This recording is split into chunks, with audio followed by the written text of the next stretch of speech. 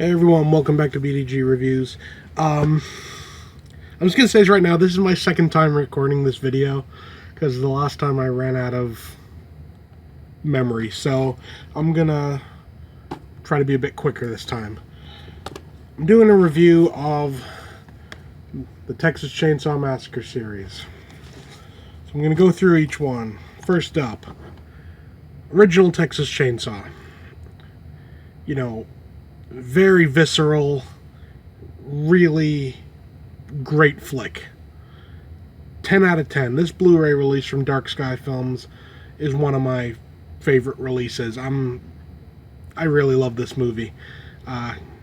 Great effects, great acting, great story, nice visceral tale.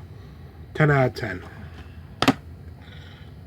Next up, I've said before in other videos, if you don't recognize a cover, that's because it's a custom cover. This particular one's a custom cover. Texas Chainsaw Massacre 2. I know there's a Scream Factory release coming out. I will be picking that up when the time comes. This is the old MGM release, though. Again, right off the bat, 10 out of 10. Very different movie than Texas Chainsaw 1. It still has a good amount of gore. Well, hell, more gore, if anything, than the first movie. Hell of a lot more. Great effects, pretty decent acting all around. There's some little bit iffy parts, but but a very different feel. Where the first you got the very visceral, it's a real horror movie. If someone was to say, tell me a real horror movie, you get Texas Chainsaw.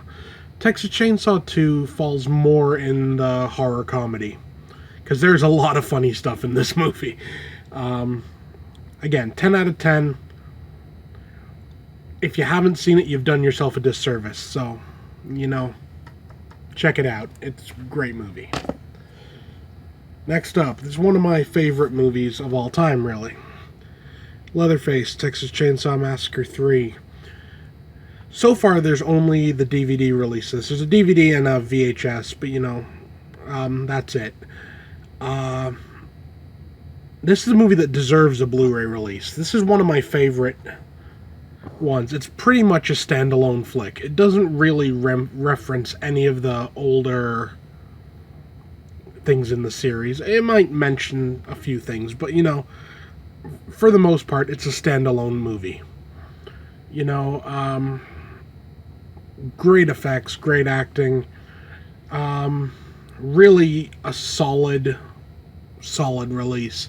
I give it 9 out of 10. It doesn't have the comedy of the second one. It doesn't have the same level of visceral horror as the first one, but it's a pretty damn good movie, I gotta say. So 9 out of 10. Next up. Yes. Texas Chainsaw Massacre, The Next Generation, aka Texas Chainsaw Massacre 4. I first saw this movie in the theater one Halloween, so it must have been 97 when it came out, so it has a bit of a soft spot in my heart for that reason, but all in all, 1 out of 10. The less said about this movie, the better. It has Renee Zellweger and Matthew McConaughey in it, and from what I know, both of them have actually removed it from their resumes, so that kind of says something. That's all I can really say about it, it is what it is. Next up, Texas Chainsaw Massacre Remake from 2003, I think? I don't know. I love this movie. This is one of my favorite remakes of all time. They nailed the tone perfectly. I can't remember there being any humor in it at all. It was a dead serious movie, from what I remember. It's been a while since I watched it, but and it really fits with the Texas Chainsaw mythology, really solid release, really solid movie. The effects are good, the acting's good, It's just all around, I really enjoyed this movie. This is another one I saw in the theater and thoroughly enjoyed. So, yeah. Uh, 10 out of 10. One of the better remakes of the past, 10, 20 years, whatever, it's a hell of a long time. Next up, Texas Chainsaw Massacre: The Beginning.